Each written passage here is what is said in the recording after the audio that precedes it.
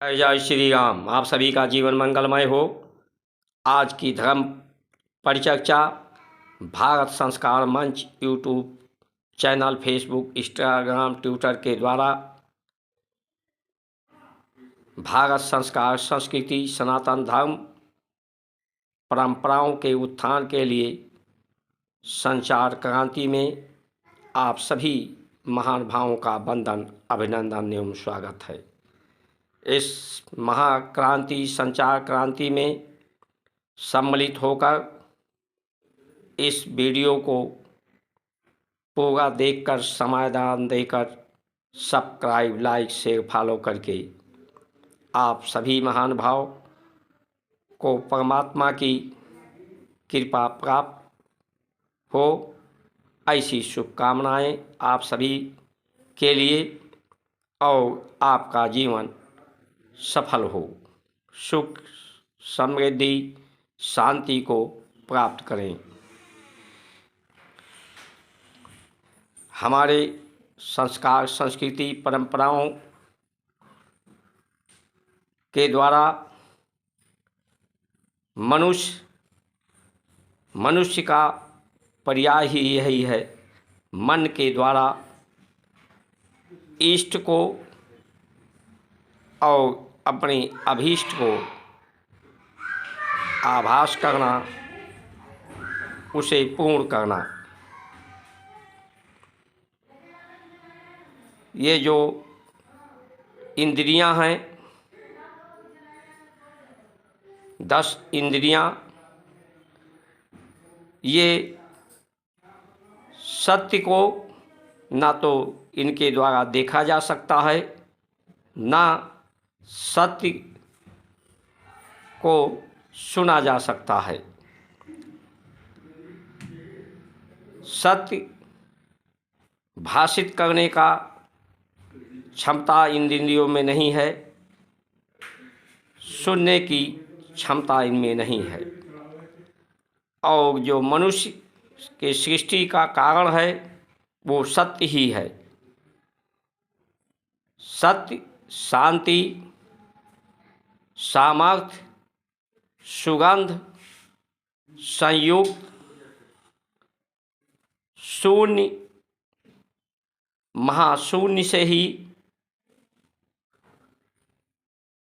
ये सृष्टि है और इसका इष्ट भी यही परंपराएं हैं। इसीलिए ऋषियों ने जो 11वां इंद्र है, इंद्रियां, उसे मन को कहा गया है। मन ही इसे अनुभव कर सकता है, इसलिए मन के द्वारा ही, मन पर ही शोध किया गया। मन सबसे सर्वोत्तम आँख है जिसके द्वारा सत्य को अनुभव किया जा सकता है, आभास किया जा सकता है, इष्ट अभीष्ट को प्राप्त किया जा सकता है।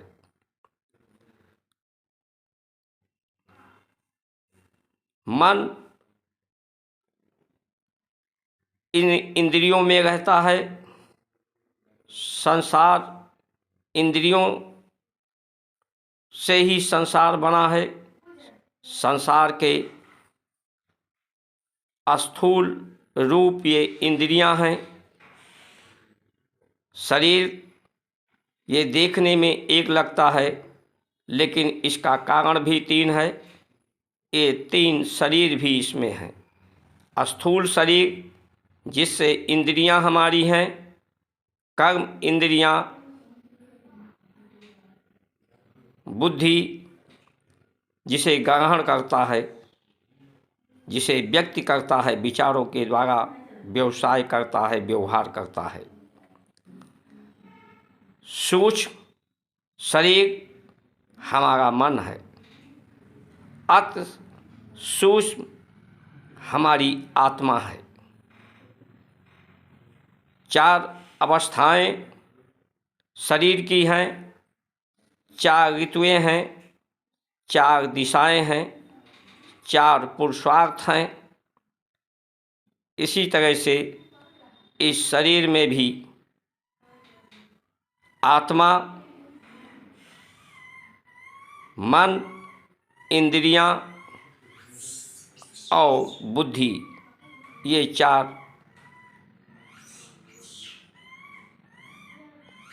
कारण हैं।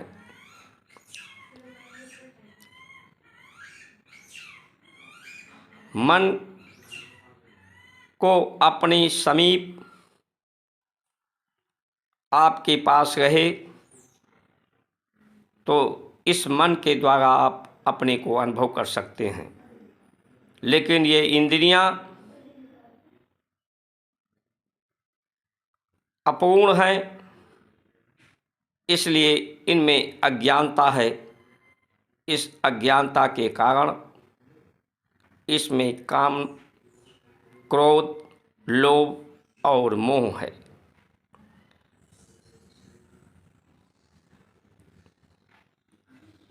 काम को हमारे ऋषियों ने शुभ कर्म से, शुभ कामनाओं से जोड़ा, क्योंकि काम व्यक्ति को व्यथित करता है। दूसरे के लिए शुभ कामनाएं आपके लिए हों, कर्म आपका सबके शुभ के लिए हो। क्रोध, जब व्यक्ति के अंदर लालच होती है, संसार की वस्तुएं सुंदर हैं, देखने में आकर्षित करती हैं, ग्रहण करने में सुंदर स्वाद का अनुभव कराती हैं, इसलिए उसे प्राप्त करने में जो बाधा करता है उसी पर क्रोध आता है, या इसे कोई छीनने का कोशिश करता है, या इसे नष्ट होने का डर होता है, वही भय होता है।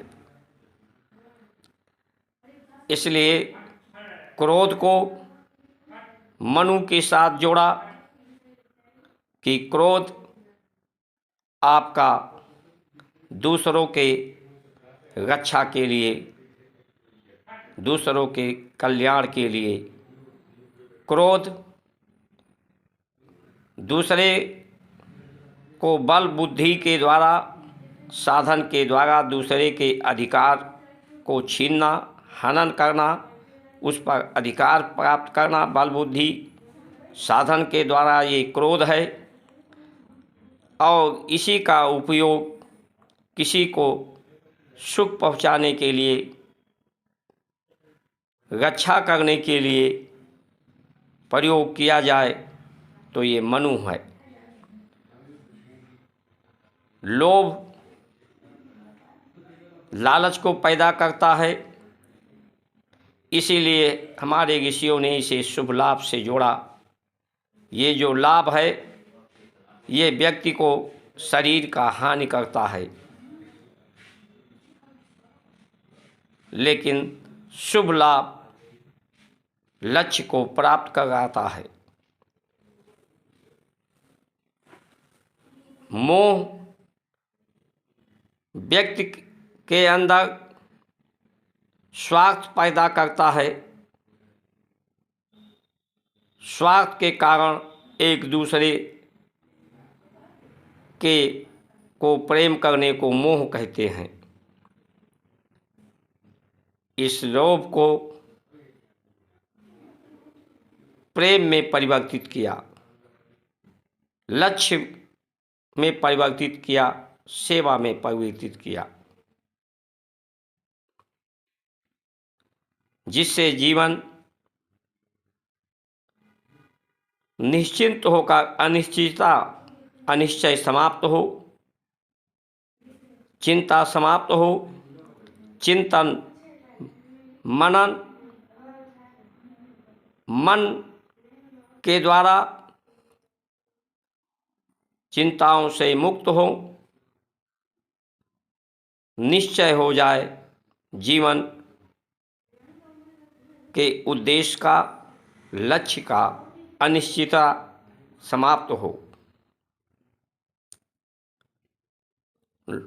लोग कहते हैं कि जीवन, समय, आयु,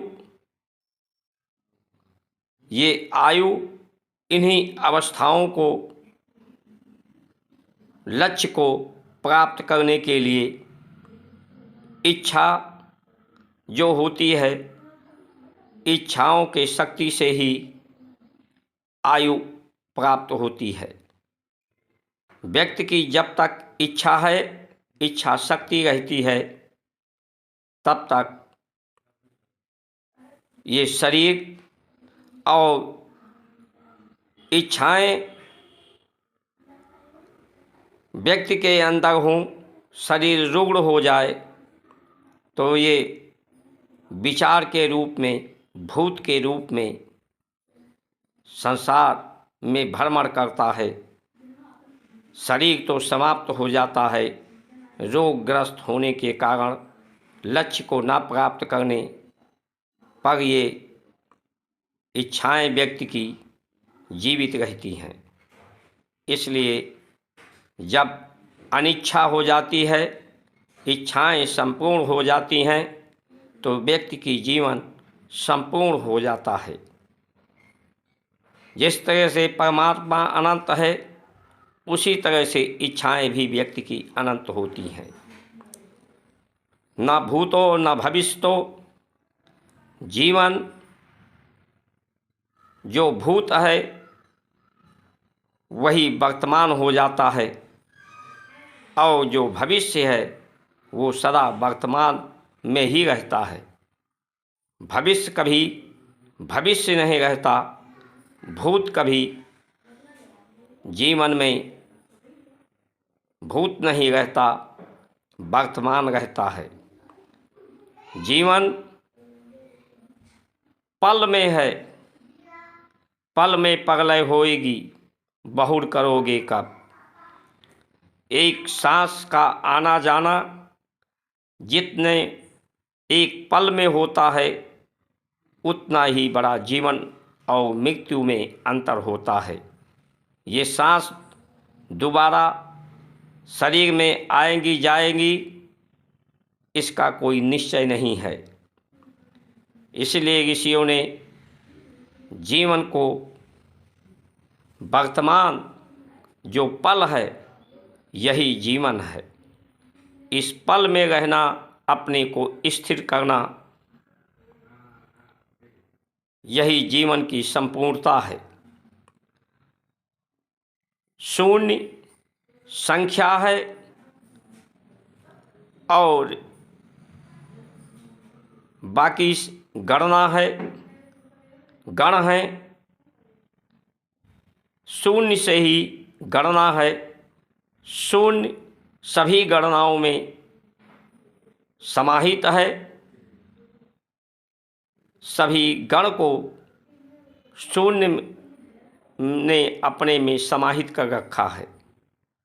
इसलिए संयुक्त का पर्याय भी सबसे छोटा होता है, और संयुक्त का पर्याय ये भी कि सभी को जोड़ा जाए, सभी को जोड़ करके परिवार बनता है, समाज राष्ट्र बनता है। तो महानता, महान सामर्थ्य आती है। यानी जीवन का आधार शून्य है। जब अपने विचार को शून्य करने से, चित्तवृत्तियों को शून्य करने से, आवश्यकताओं को न्यून करने से व्यक्ति महान सामर्थ्यवान बनता है, सुसंपन्न बनता है। जीवन की आयु पूर्ण होती है, जीवन का लक्ष्य पूर्ण होता है। व्यक्ति में निश्चिंतता आती है, निश्चय लक्ष्य को प्राप्त करता है, चिंताओं से मुक्त हो जाता है। चिंता व्यक्ति को जीते व्यक्ति को जलाती है, जीवन को नष्ट करती है। चिंतन मनन व्यक्ति को जीवन पैदा करती है। इसलिए 4 अवस्थाएं हैं, इसी तरह से 4 युग है। युग का पर्याय ही है जोड़ना, युक्ति। सतयुग में लोग आत्मा प्रधान था, आत्मा के द्वारा जुगत था, संसार को देखने का, अनुभव करने का, इष्ट अभीष्ट को प्राप्त करने का। लेकिन जब युग परिवर्तन होता है तो विकृति होती है, आत्मा विकृत हुई, आत्मा में विकृति आई लोगों के, तो लोग स्वयं को ही परमात्मा का अंश न मान करके स्वयं को ही परमात्मा मानने लगे।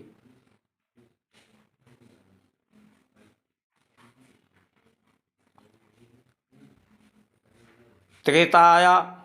त्रेता मन प्रधान था, जिसमें मन सुंदर था लोगों का।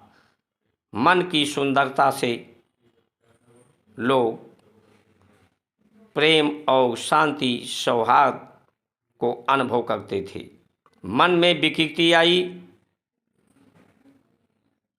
तो एक माँ ने ही बेटे के लिए वनवास मांग लिया। मन विकृति आई तो नारी के प्रति लोगों का नियत बिगड़ गई। द्वापर में इंद्रियां प्रधान थीं,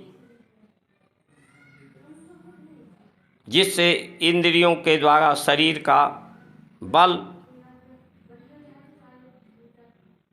का दुरुपयोग लोगों ने किया, जिससे महाभारत हुआ। महाभारत में जो भीष्म पितामह, द्रोणाचार्य, कर्ण युद्ध में उनके साथ अनीति के माध्यम से उन्हें सुनीति को स्थापित करने के लिए, धर्म को स्थापित करने के लिए अनीति के माध्यम से उनका वध हुआ। उनका इसीलिए धर्म की स्थापना का उद्देश्य बड़ा हो तो अनीति नहीं रहती। कलयुग में बुद्धि प्रधान है, इसीलिए बुद्धि के द्वारा ही लोग चंद्रमा और सूर्य मशीनरियों का उपयोग कर रहे हैं। साधनों के द्वारा अपने सुख शांति सामर्थ्य को प्राप्त करना चाहते हैं। मशीन से अपने को जोड़ करके लोग मनुष्य नहीं, आज के समय में ये मनुष्य का शरीर एक मशीन बनकर रह गया है। मशीन भी कार्य करता है, मशीन में भी ऑक्सीजन सांस जाता है, उसका ईंधन कार्बन होता है, डीजल पेट्रोल ऊर्जा होती है जो दुर्गंध को पैदा करता है, प्रदूषण को पैदा करता है। उसमें संवेदना नहीं होती, वेदना नहीं होती।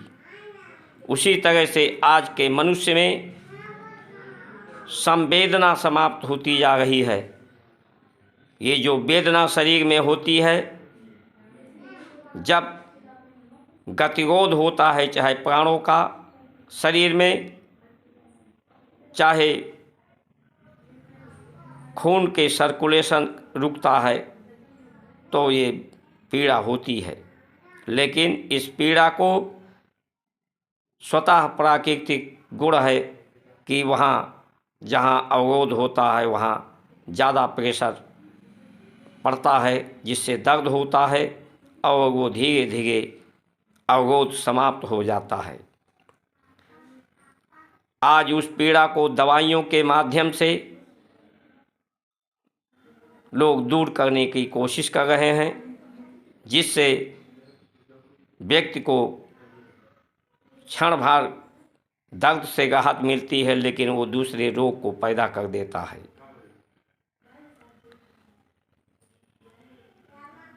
आज बुद्धि विकृत हो रही है लोगों की। व्यक्ति सत्य को इसका कारण है, लेकिन लोग सत्य को अनुभव नहीं कर पा रहे, अनुभव नहीं करा पा रहे। सत्य से लोग बचना चाहते हैं, सत्य को स्वीकार करने की लोगों में हिम्मत ही नहीं है। असत्य के मार्ग पर चलकर असत्य मार्ग पर लोगों को चलाने के लिए मजबूर किया जा रहा है। ऐसी परिस्थितियां बनाई जा रही हैं, जबकि सत्य ही सबको पसंद है। दुर्गंध फैलाया जा रहा है, दुर्गंध का ही व्यापार मशीनरी युग का प्रयोग करके जो मनुष्य सुगंध को चाहता है, उसकी इच्छा के विपरीत कार्य हो रहा है। व्यक्ति स्वस्थ रहना चाहता है, लेकिन जो उसके आहार व्यवहार हैं, उन आहार व्यवहार ऐसी परिस्थितियां, अज्ञानता भ्रमित किया जा रहा है कि ऐसे आहार विहार को व्यवहार कर रहा है, जिससे वो अस्वस्थ होता जा रहा है। बीमारियों का व्यापार को लोग आज रोजगार, व्यापार और सुख समृद्धि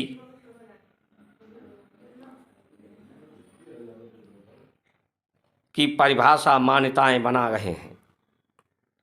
इसलिए ये युग परिवर्तन का समय है।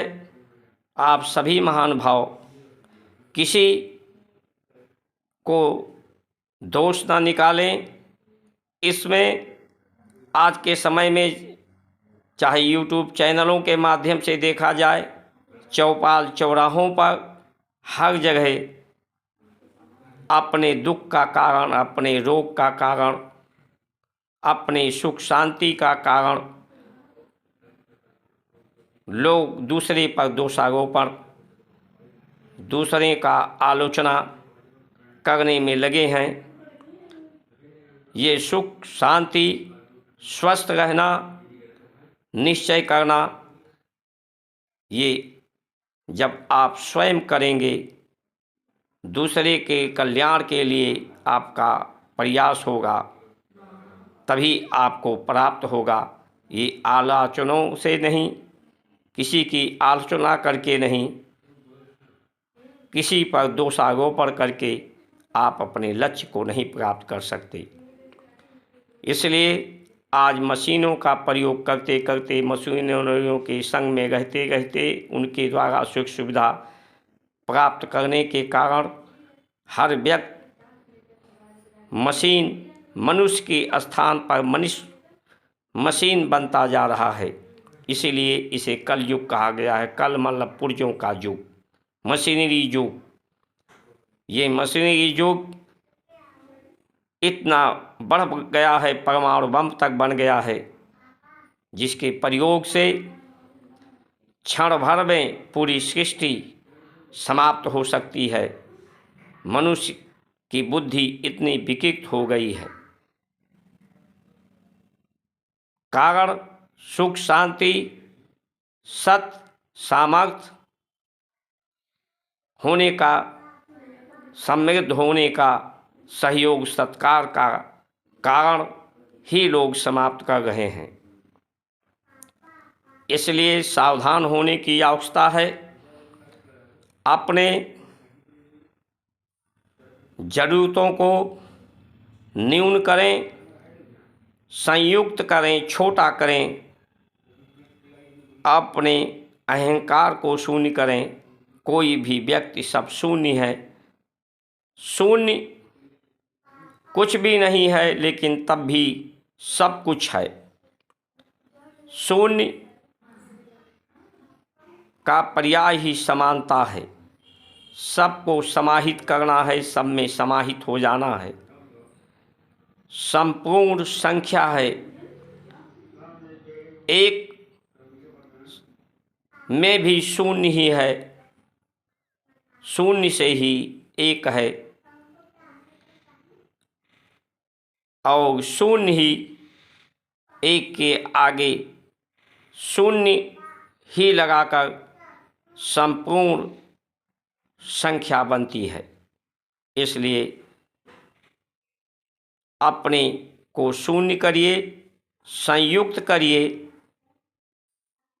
नियुक्त करिए, निश्चित करिए, चिंतन मनन करिए। जो लोग ऐसा कर पाएंगे वही बीज के रूप में अपने परिवार को, अपने को, समाज को, राष्ट्र का कल्याण कर पाएंगे। उन्हीं की रक्षा रहेगी, उन्हीं का अस्तित्व बचा रहेगा। नहीं वो तो समय बहुत निश्चित निकट है सृष्टि में विध्वंस होने का। ये जनसंख्या, ये आबादी जो दिखाई पड़ रही है, ये आबादी अब आबादी बढ़ती ही है। कामनाओं वासनाओं के बढ़ने से, बुद्धि के विकृत होने से, बुद्धि के व्यापार करने से। इसलिए ये जो संसार सृष्टि के कारण को समाप्त करने की तरफ बढ़ रहा है लोग, आज के हमारे जिम्मेदार लोग इसी तरफ इसे बढ़ा रहे हैं, प्रोत्साहित कर रहे हैं। इसलिए सावधान रहिए, जागृत रहिए। जो लोग अपने ज़रूरतों को न्यून कर पाएंगे वही सामर्थ्य हो पाएंगे, वही संयुक्त रह पाएंगे, वही संयोजन कर पाएंगे। इन्हीं वचनों के साथ आप सभी का सुमंगल कामना करते हुए जय श्री राम।